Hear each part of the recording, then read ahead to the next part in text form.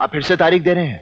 उस तारीख से पहले सड़क पर कोई ट्रक मुझे मार कर चला जाए और केस बनेगा रोड एक्सीडेंट का। ये गलत, ये हवलदार जादव है। कोई बात नहीं, गलती हो जाती है, गलती हो। अगर तारीख पे तारीख की आवाज सनी देओल की नहीं बल्कि ओम पुरी की होती तो क्या दामिनी उतनी ही गूंजती? तारीख पर तारीख, तारीख पर तारीख, तारीख पर तारीख मिलती रही है, लेकिन इंसाफ नहीं मिला। 90s के दशक की कुछ फिल्में सिर्फ फिल्म नहीं होती, वो एक एहसास बन जाती है, एक आवाज बन जाती है।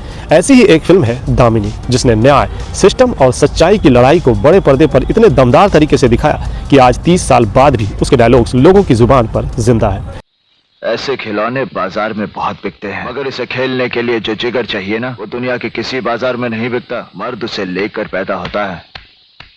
लेकिन क्या आप जानते हैं कि इस फिल्म का सबसे आइकॉनिक किरदार गोविंद श्रीवास्तव, जिसे सनी देओल ने अमर बना दिया, वो रोल पहले किसी और के हिस्से में जाने वाला था। तारीख पर तारीख मिलती रही है, लेकिन इंसाफ नहीं मिला। मिली है तो सिर्फ ये तारीख।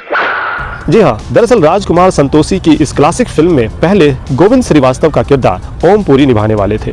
ओम पुरी जैसे दमदार कलाकार के सामने अमरीश पुरी की कोर्ट रूम टक्कर, सोचिए सीन कितना अलग होता। बलात्कार गुप्ता साहब के घर में नहीं हुआ और ना ही उसका खून हुआ है। उसने आत्महत्या की है और उसके लिए मैं अपने गवाह पेश कर चुका हूं। उन्हीं गवाहों से कुछ सवाल करना चाहूंगा मिलोड। ओम पुरी इस रोल के लिए पूरी तरह तैयार भी थे, लेकिन आखिरी वक्त पर फीस को लेकर उनके सेक्रेटरी और प्रोड्यूसर्स के बीच विवाद हो गया और यहीं से दामिनी की किस्मत बदल गई। इस मुश्किल वक्त में राजकुमार संतोषी ने प्रोड्यूसर्स को सलाह दी कि इस किरदार के लिए सनी देओल को लिया जाए। हालांकि उस समय कुछ लोगों को शक था, क्या सनी एक सपोर्टिंग रोल के लिए हाँ कहेंगे, लेकिन जैसे ही सनी देओल ने स्क्रिप्ट सुनी, उन्होंने बिना एक पल गवाए हाँ कर दी, क्योंकि किरदार छोटा था लेकिन असरदार था। फिर जो हुआ वो एक इतिहास बन गया। और जब ये 2.5 किलो का हाथ किसी पर पड़ता है ना, तो आदमी उठता नहीं, उठ जाता है। सनी देओल ने अपनी दमदार आवाज और इमोशनल इंटेंसिटी से इस किरदार को इतना ऊंचा उठा दिया कि फिल्म का पूरा फोकस उन्हीं पर आ गया। उन्हें इस रोल के लिए फिल्म फेयर और नेशनल अवार्ड दोनों से नवाजा गया। और इस तरह ना तो कोई सच्चाई के लिए लड़ने वाला रहेगा, ना ही इंसाफ मांगने वाला। रह जाएगी तो सिर्फ तारीख, और यही होता रहा है मिलोड। तारीख पे तारीख सिर्फ एक डायलॉग्स नहीं था, ये आम आदमी की हकीकत थी। राजकुमार संतोषी ने खुद अपने बचपन में देखा था कि कैसे उनकी माँ और दादी एक प्रॉपर्टी केस के लिए सालों तक कोर्ट के चक्कर लगाती रही। पैसे वाले लोग केस को खींचते रहे और यही दर्द बाद में इस डायलॉग में ढल गया। डायलॉग राइटर दिलीप शुक्ला ने इसे शब्द दिए, लेकिन इस दर्द को महसूस डायरेक्टर राजकुमार संतोषी ने खुद किया था। वो बेचारी वहाँ और हम बजाय उसके लिए कुछ करने के झूठ बोल रहे हैं, और आपने मुझसे भी झूठ बुलवाया। आज झूठ बुलवाया। IMDb जैसी साइट्स पर यह दावा किया जाता है कि दामिनी के लिए मीनाक्षी शेषाद्री पहली पसंद नहीं थी। कहा जाता है कि पहले श्रीदेवी या डिम्पल कपाड़िया को अप्रोच किया गया था, लेकिन खुद राजकुमार संतोषी इन बातों को सिरे से खारिज करते हैं। उनके मुताबिक मीनाक्षी ही इस रोल के लिए उनकी पहली और आखिरी पसंद थी, और उन्होंने अपनी एक्टिंग से इस बात को साबित भी कर दिया। ये है क्या? इन्हें पीछे रखिए ना, मैं पहचान रही हूँ। जज साहब, उस दिन इतने रंग नहीं थे। होली के रंग ऐसे ही होते हैं। मैं डॉक्टर से बात करूंगी, तुम्हारी दवाई वगैरह सबका इंतजाम। फिल्म रिलीज से पहले एक और दिलचस्प कहानी हुई। प्रोड्यूसर ने सनी देओल के बड़े बड़े पोस्टर लगा दिए, जिससे फिल्म का फोकस बदलता हुआ दिखने लगा।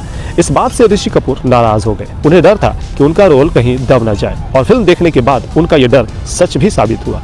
दामिनी धीरे धीरे सनी देओल की फिल्म बन गई। करीब 2.5 करोड़ के बजट में बनी इस फिल्म ने भारत और दुनिया भर में शानदार कमाई की, लेकिन इसकी असली ताकत थी इसके डायलॉग्स, इमोशन और परफॉर्मेंस। आज भी जब कोर्टरूम ड्रामा की बात होती है तो दामिनी का नाम सबसे ऊपर आता है। अदालत में तूने कोई बदतमीजी की तो वही मारूंगा। जज ऑर्डर करता रहेगा और तू पिटता रहेगा। राजकुमार संतोषी और सनी देओल ने एक बार इस फिल्म के सीक्वेंस पर चर्चा भी की थी। दोनों चाहते थे कि दामिनी की कहानी आगे बढ़े, लेकिन उन्हें कोई ऐसा दमदार प्लॉट नहीं मिला जो ओरिजिनल फिल्म के साथ न्याय कर सके, और इसी वजह से ये आइडिया हमेशा के लिए ठंडे बस्ते में चला गया। हो जाती है। इसे देखो, ये है क्या? इसने हाथ पकड़ रखी थी क्या? नहीं, पीछे रखिए। इसने तो क्या? पीछे रखिए। पहचानो, इसने जांघें पकड़ रखी थी। दोस्तों, कभी कभी फिल्में सिर्फ कहानी से नहीं बल्कि सही समय पर लिए गए फैसलों से बनती है। अगर ओम पुरी इस फिल्म का हिस्सा होते तो शायद दामिनी कुछ अलग होती, लेकिन सनी देओल की एंट्री ने इसे आइकॉनिक बना दिया, और यही सिनेमा की सबसे खूबसूरत बात है। यहाँ हर बदलाव एक नई कहानी लिख देता है। वो लोग होते हैं जो अपने घर में पली हुई लड़की का बलात्कार करते हैं। गिरे हुए वो लोग होते हैं जो अस्पताल में पड़ी लाचार लड़की का खून करवाते हैं। इस वीडियो में अभी के लिए इतना ही। अगर वीडियो पसंद आया हो तो लाइक करें और हमारे चैनल को सब्सक्राइब जरूर करें। मिलते हैं अगली वीडियो में किसी और नई कहानी के साथ। Relax boy.